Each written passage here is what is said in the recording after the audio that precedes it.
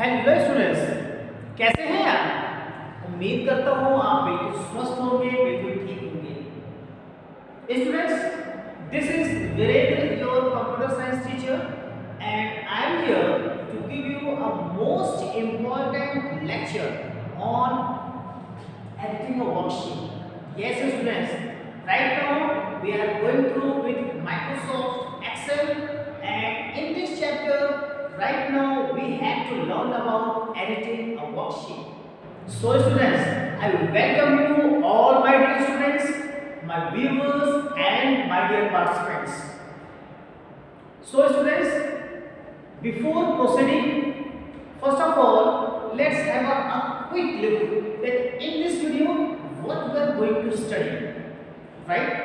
So in today's video, first I will give you a little bit of introduction. Then after we'll have topic selecting a cells. Then after entering number as text, date and time. Then changing cell content. In this, two subtopics are there: replacing cell content and using editing mode. These are the topics we are going to study. So students, without wasting any other time, let's start. So our first topic is introduction. So first I am going to write the topic here. Topic. The topic is introduction. Introduction. So students, first of all, let me ask one question. Can you tell me what is the meaning of editing? What is the meaning of editing? Okay, you have your YouTube comments, you have your WhatsApp, just reply immediately. Okay, and those who give a correct answer, definitely you will get a like from my side. Yes, on your comment, I will like your comments. Okay, so students, editing means to make some changes into the text. Yes, to make some changes into the text. Right, students? So, without wasting any of the time, let's go into the details about this. Okay, आपने अभी तक ये समझा कि जो editing है इसका मतलब क्या होता है। ओके, जैसे कि आप कोई टेक्स्ट लिख रहे हैं और टेक्स्ट लिखते समय आपने कोई गलती कर दी, कोई स्पेलिंग मिस्टेक कर दी और आपने उस मिस्टेक को आपने डिलीट करके या बैक स्पेस का यूज करके आपने उसको ठीक कर दिया। ये हो गया एक तरह का एडिटिंग। लेकिन अब हमें जो एडिटिंग करनी है, वर्कशीट में जो हमारा डेटा है, वर्कशीट उस डेटा को ही हमें एडिट करना है। ओके, उस डेटा को ही हमें एडिट करना है। ओके, सो यहाँ पर एक क्वेश्चन अराइज होता है यहाँ पर, what is the meaning of worksheet, और you can say define worksheet. So worksheet is nothing but it's a combination of rows and column. Yes, and if I ask you that what is rows, rows means the horizontal arrangement of the cells. The horizontal arrangement of the cell is called rows, and the vertical arrangement of the cell is called column. Clear? So it's a one kind of grid like area. Yes, it's a one kind of grid like area where many rows are there, many columns are there. Okay, and in the worksheet, okay, the several worksheets can be combined into one workbook. So you can say that in a workbook 3 worksheets are there. Okay, students. So don't be panic about the difference between workbook and worksheet, because in the previous videos you were able to search out the many topics related to many subtopics, many details, many explanation about these two things. Okay, you can watch the previous videos for the details about these Microsoft Excel. Okay, so don't worry about that. Okay, आप सभी को पता है आज जो हम इस video में आपसे मैं बात कर रहा हूँ, आपसे जो मिल रहा हूँ मैं, एक नए चैप्टर से रिलेटेड है। जो हम आज पढ़ रहे हैं वो एक नया चैप्टर है, chapter number 7 editing worksheet. Okay, और इस समय ये कुछ टॉपिक्स हैं, इन्हीं टॉपिक्स को हम कवर करने की कोशिश करेंगे। और इस समय जो मैं आपको बता रहा हूँ वो है आपका इंट्रोडक्शन। ओके, अगर आपसे पूछा जाए कि how many number of rows, this question belongs to all. Yes, this question belongs to all. आप मुझे बताइए कि कितने नंबर ऑफ रोज होते हैं, कितने नंबर ऑफ कॉलम होते हैं एक वर्कशीट में। Okay, I am here to watch each and every answer. Okay, and if you give your answer as fast as possible, definitely I will give you a good like to you. Yes, on your comment I will like. Okay, now so let me give the answer of the question. Number of rows 10,48,576. Let me repeat, 10,48,576, and columns 16,384, and there is one extra knowledge for you. Yes, one extra knowledge for you. The extra knowledge is एक cell में कितने characters लिख सकते हैं आप, एक cell में कितने कैरेक्टर्स लिख सकते हैं आप। Okay, let me right on the board how many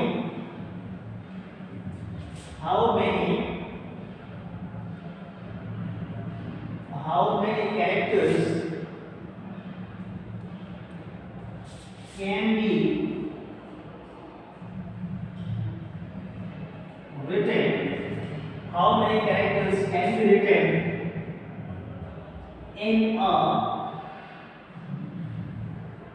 cell, how many characters can be written in a cell. So the answer is 32,767. Okay, इतने कैरेक्टर्स हम लिख सकते हैं, 32,767. One more question, what is the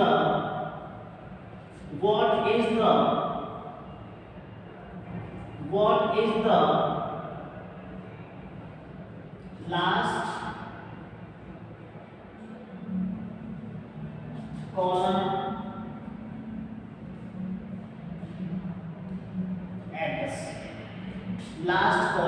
address? Okay, so the answer is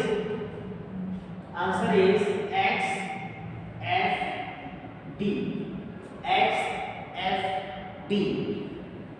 Okay, so students, right now these are the questions which is related to your extra knowledge. Okay, now it's time to come the new topic, that is section of cells. So students, so first of all I'm going to erase the board and then we'll proceed further. Okay, so kindly wait.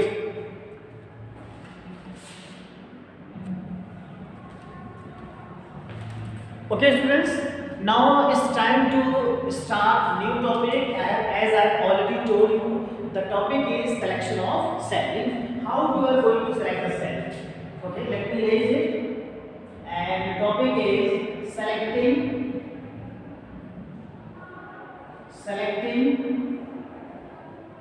cells. Okay, selecting cells. Selection बहुत आसान होता है आपका, और Excel में data को select करने के लिए कुछ कीज होते हैं, कुछ शॉर्टकट कीज हैं, उन्हीं को आपको यूज करना है।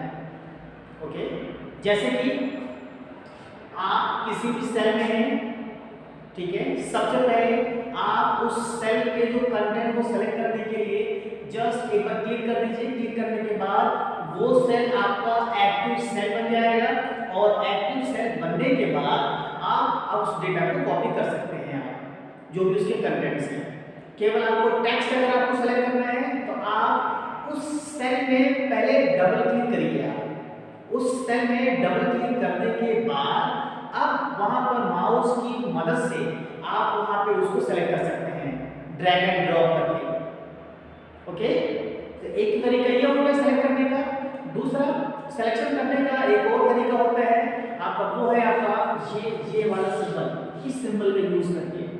लेट मी ड्रॉ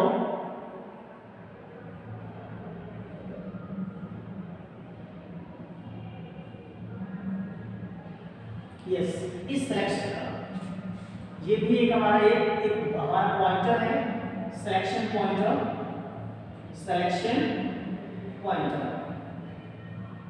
आप यहाँ पर एक सिलेक्शन पॉइंटर का यूज करके भी आप सेलेक्ट कर सकते हैं इसको अब ये पॉइंटर मुझे मिलेगा कैसे ये पॉइंटर हमें कैसे मिलेगा देखिए आप यहाँ बोर्ड पे लिखिए ध्यान से मान लेते हैं ये आपका एक सेल ठीक है यहाँ पर इस जगह पर यहाँ पर तो आपका फिल हैंडल होता है यहाँ पर आपका होता है फिल हैंडल ठीक है तो अगर आप यहाँ पर आप अपने पॉइंटर को यहाँ पर लाए बाउंड्री पर तो अगर आप बाउंड्री पे लाएंगे तो आपका ये बन जाएगा 4 हेडेड एरो बन जाएगा अगर आप अपने माउस पॉइंटर को बाउंड सेल की बाउंड्री पे लाएंगे तो आपका बन जाएगा 4 हेडेड एरो लेकिन ये जो आपका ब्लैंक एरिया है अगर इस ब्लैंक एरिया पर आप अपने पॉइंटर को ले जाएंगे तब आपको यहाँ पर मिल जाएगा ये वाला पॉइंट आपको मिल जाएगा ब्लैंक एरिया और अब यहाँ पर आप माउस पॉइंटर के लेफ्ट बटन को प्रेस करिए और माउस को ड्रैग करिए इस तरीके से आप मल्टीपल सेल्स को भी सेलेक्ट कर सकते हैं यहाँ इस तरीके से लेकिन अगर आप मैक्सिमम सेल को सेलेक्ट करना चाहते हैं मैक्सिमम सेल को सेलेक्ट करना चाहते हैं आप तो अब आप इसका सबसे आसान तरीका क्या है कि आप इस वाले पॉइंटर का यूज करिए और जहां तक आपको लगता है वहां तक आप सिलेक्शन कर लीजिए आप लेकिन इस तरह के सिलेक्शन को हम लोग बोलते हैं जो हम जिस सिलेक्शन की बात कर रहे हैं उस तरह के सिलेक्शन को हम बोलते हैं कॉन्टिजियस सिलेक्शन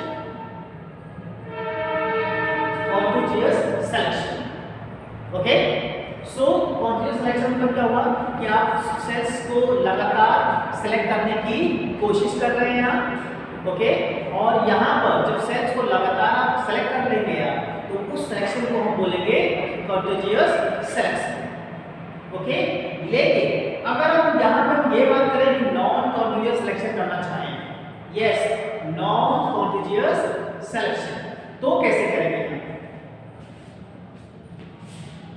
यहाँ मैं लिख देता हूं मैं non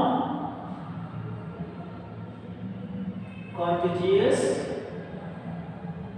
selection non contiguous selection non contiguous selection के लिए सबसे आसान क्या है कीबोर्ड और माउस दोनों का इस्तेमाल करना है आपको कीबोर्ड से आप केवल CTRL की को प्रेस करिए लगातार प्रेस करके रखिए और जो जो सेल या फिर जो जो कॉलम्स या फिर जो जो रोज आपको सेलेक्ट करना है आप वहां पर क्लिक करते जाइए और वो अपना आपका सिलेक्शन हो जाएगा अच्छा एक सवाल मुझे याद आ गया आप मुझे क्या बता सकते हैं कि ये जो सिलेक्शन करते क्यों हैं why we are going to select all these cells so the answer is to make some changes to editing work formatting work okay इसीलिए हम यहाँ पहले सिलेक्शन कर लेते हैं ओके तो याद रखिएगा नॉन कॉन्टिजियस सिलेक्शन के लिए कंट्रोल की का हमें यूज करना है और कॉन्टिजियस सिलेक्शन के लिए कीबोर्ड माउस का दोनों का यूज कर रहे हैं यहाँ कॉन्टिजियस सिलेक्शन के लिए तो यहाँ पर अब आपको शिफ्ट की को दबाए रखिए और माउस की हेल्प से जो जो रोज आपको सेलेक्ट करने हैं आप उसके लिए बस ड्रैग करते जाइए जो जो आपको सिलेक्शन चाहिए ओके तो इस चीज को अब आप याद रखिएगा इस चीज को आप ठीक है अगर आपको सभी सेल्स को सेलेक्ट करना है सभी सेल्स को सेलेक्ट करना है तब आप यहां पर कंट्रोल ए करिएगा control plus A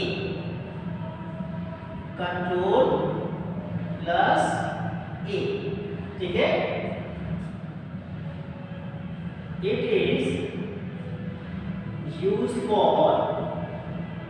it is used for selecting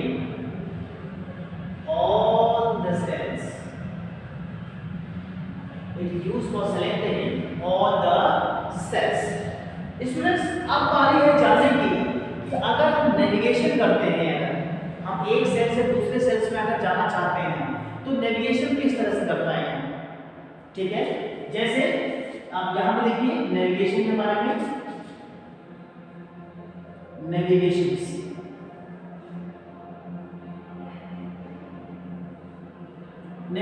में सबसे पहले अगर आपको एडजेसेंट सेल में जाना है, अगर बगल वाले सेल में जाना है अगर आपको, तो अब आप यहाँ पर केवल प्रेस करेंगे टैब की का प्रेस करेंगे अगर आपको एडजेसेंट सेल में जाना है।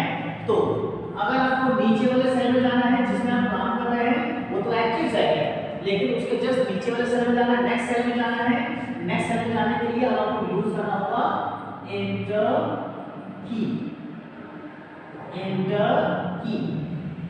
इसके अलावा आप एंटर की के अलावा आप यूज कर सकते हैं एरो की का भी इस्तेमाल कर सकते हैं। आप एरो की 4 तरीके के हमारे पास हैं,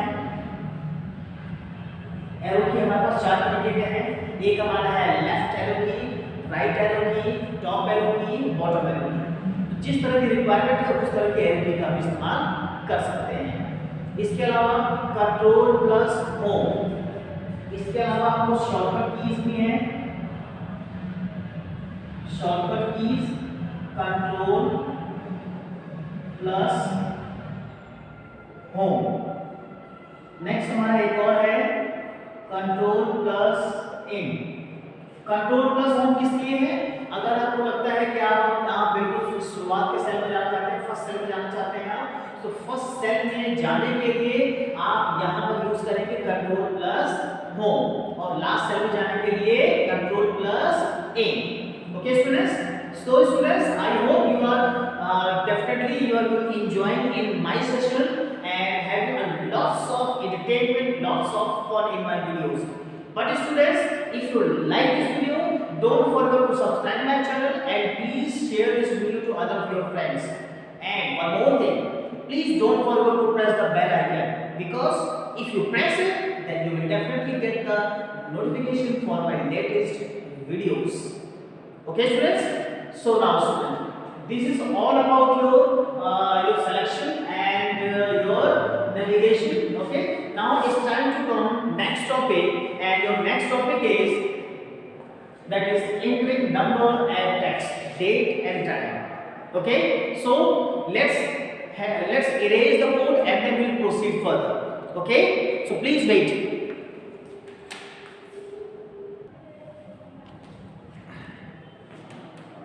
सो स्टूडेंट्स, जैसा कि मैंने बताया था कि अब हम लोग नेक्स्ट टॉपिक की तरफ बढ़ रहे हैं, और अगला जो टॉपिक है बहुत इंटरेस्टिंग टॉपिक है ये। ओके, क्या है topic?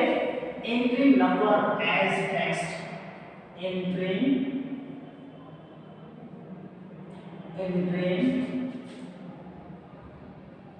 Number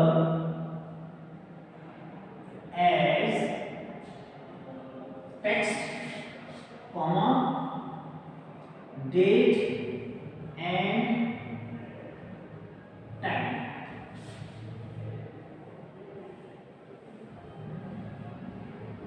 Okay, entering number as text, date and time. Student, जैसा कि आप जानते हैं कि अगर आपको डेटा एंटर करना है, ओके,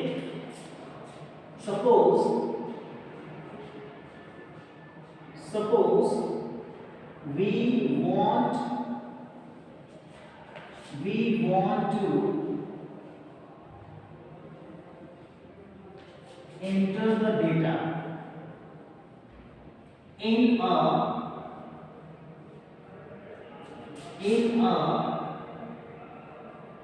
वर्कशीट। तो जब हम डेटा एंटर करते हैं तो कितने तरह के डेटा एंटर कर सकते हैं? सोचिए, जैसे कि अल्फाबेट एंटर कर सकते हैं, देन अल्फाबेट के बाद नंबर्स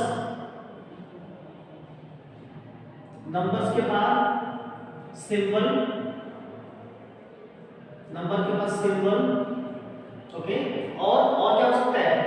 डेट, यस, डेट हो सकता है, टाइम, ओके, डेट टाइम, और क्या हो सकता है?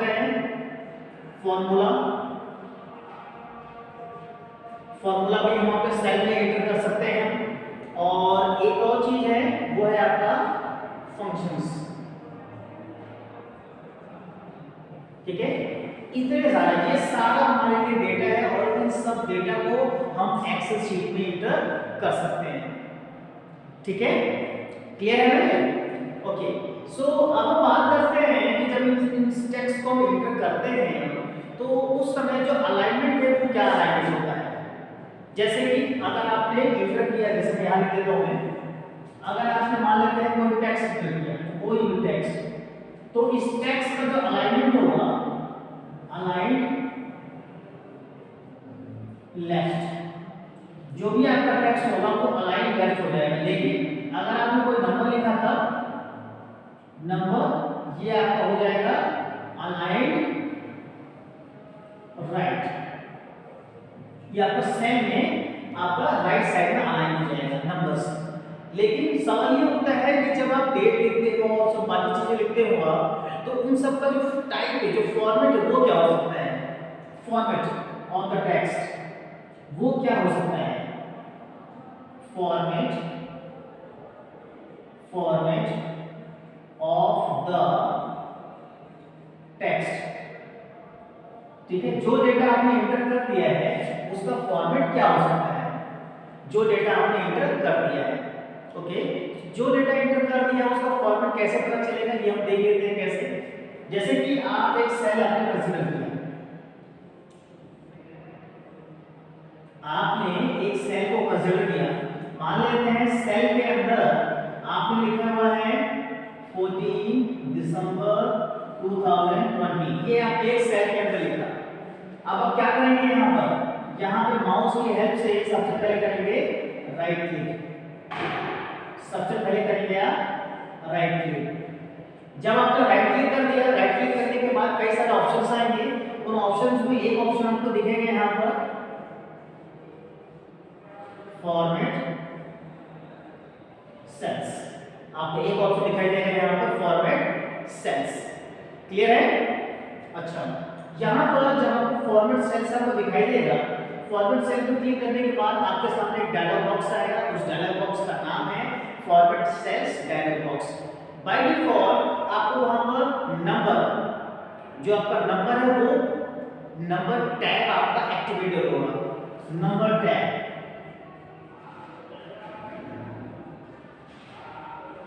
आपका नंबर टैग पहले से ही एक्टिवेटेड होगा। नंबर टैग में आपको लेफ्ट साइड दिखेगा कैटेगरी लिस्ट और राइट साइड दिखेगा आपको फॉर्मेट, ओके। तो जो कैटेगरी लिस्ट है वहां पर आप सेलेक्ट करेंगे, यानी कि अब आप इसको यहां देख लीजिए, कैटेगरी लिस्ट आपको दिखाई दे, कैटेगरी लिस्ट, इसमें आप सेलेक्ट कर लीजिए डेट, ओके। और इसी डेट पे आप जब राइट साइड में देखेंगे आप तो कई सारे फॉर्मेट्स, कई सारे स्टाइल आपको दिखेंगे। जो स्टाइल आपको पसंद आ रहा है उसको आप सेलेक्ट कर लीजिए, select the style, select the style और फाइनली यहां पर कर देंगे ओके, ठीक है। तो अगर आपको लगता है डेट पसंद है तो डेट के जो स्टाइल्स मौजूद है, जो फॉर्मेट मौजूद है उसको सेलेक्ट करेंगे। और अगर आपको लगता है कोई अदर टेक्स्ट है तो आप उसके हिसाब से अपनी कैटेगरीज को चुनेंगे आप, जैसे नंबर है तो नंबर की कैटेगरी आप चुनेंगे आप, टाइम है तो टाइम की कैटेगरी आप चुनेंगे आप, और चुनने के बाद उसके अकॉर्डिंग आप स्टाइल को चुनेंगे और फाइनली कर देंगे okay, okay. So students, right now this is the way and this is the these are the steps, these are the few just introduction and with explanation about all these topics, okay. So I think you have enjoyed a lot, and whatever the queries you have, so I'm waiting for your queries on the YouTube comment as well as WhatsApp also. So please watch the video very carefully, and I request you to please watch this video from starting till the last, okay.